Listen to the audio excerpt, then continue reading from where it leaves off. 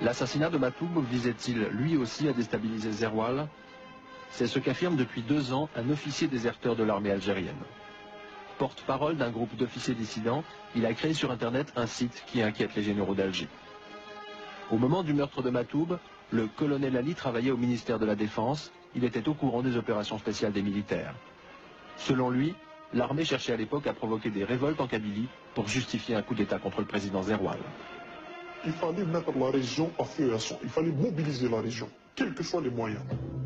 Toujours selon le colonel Ali, les généraux auraient fait appel à leur homme de confiance dans la région, Nordin Aït Hamouda, le chef des milices anti-islamistes de Kabylie.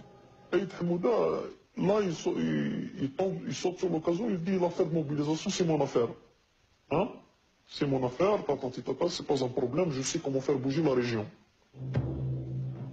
Selon notre officier déserteur, c'est lors d'une réunion en présence d'Hamouda que la décision aurait été prise d'exécuter Matoub.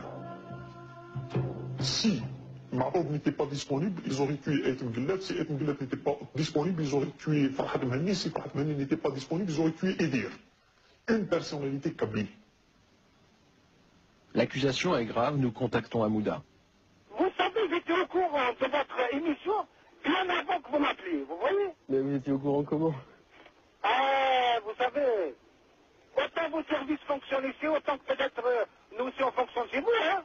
Vraiment, vous êtes malhonnête. Nous parlons maintenant à Hamouda des accusations du colonel Ali. Vous pensez bien que j'ai lu, puis c'est sorti sur Internet. Ouais. Le bonhomme qui a écrit ça, Ouais. cette fameuse réunion, moi je me rappelle pas où ce que j'étais. Bon, bref, à supposer qu'on était.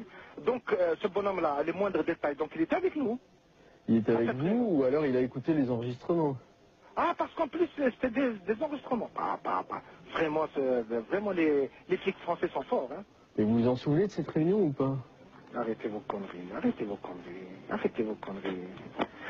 Vraiment, ce jeu-là, vous êtes mal barré avec moi. Étrange coup de fil. Qui est vraiment Hamouda? Au printemps 98, une équipe de l'agence Capal avait filmé dans son fief kabyle. Ça va? Chef de milice, Hamouda est puissant. Dans sa région, il a même le pouvoir de remplacer les gendarmes officiellement chargés de surveiller les journalistes français.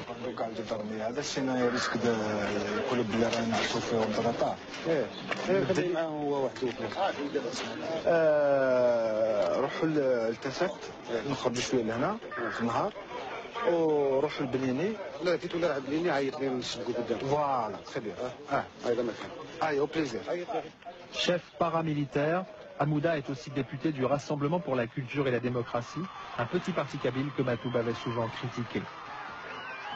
Dès 90, le chanteur dénonçait publiquement dans le RCD une tentative de diviser les Kabyles.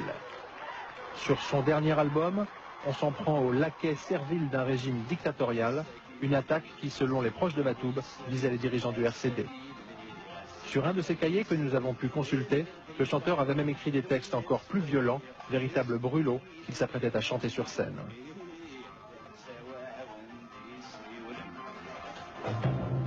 Hamouda a-t-il tué Matoub?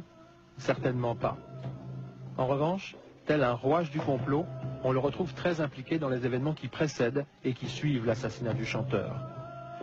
Ainsi, avec le RCD, il a joué un rôle déterminant pour faire revenir Matoub en Algérie quelques jours avant son assassinat. En 97, Hamouda avait promis à Nadia, l'épouse de Matoub, de l'aider à obtenir un visa pour la France. Mais au lieu de lancer les démarches, le RCD avait étrangement conservé son passeport pendant plus de 7 mois. Furieux, Matoub avait dû revenir en Algérie pour demander les comptes au RCD.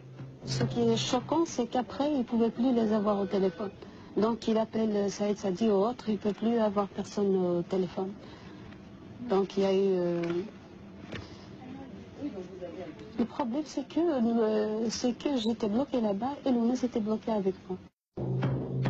Bloqué en Algérie, Matoub va tomber dans l'embuscade mortelle.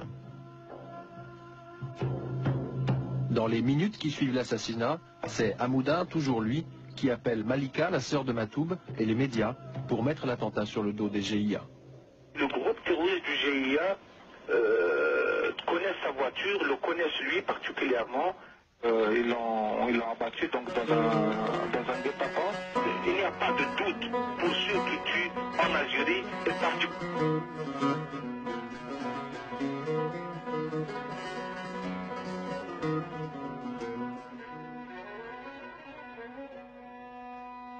هاي المحنة في الله تسدان هاي قليل وين تسكن هاي ورد الراس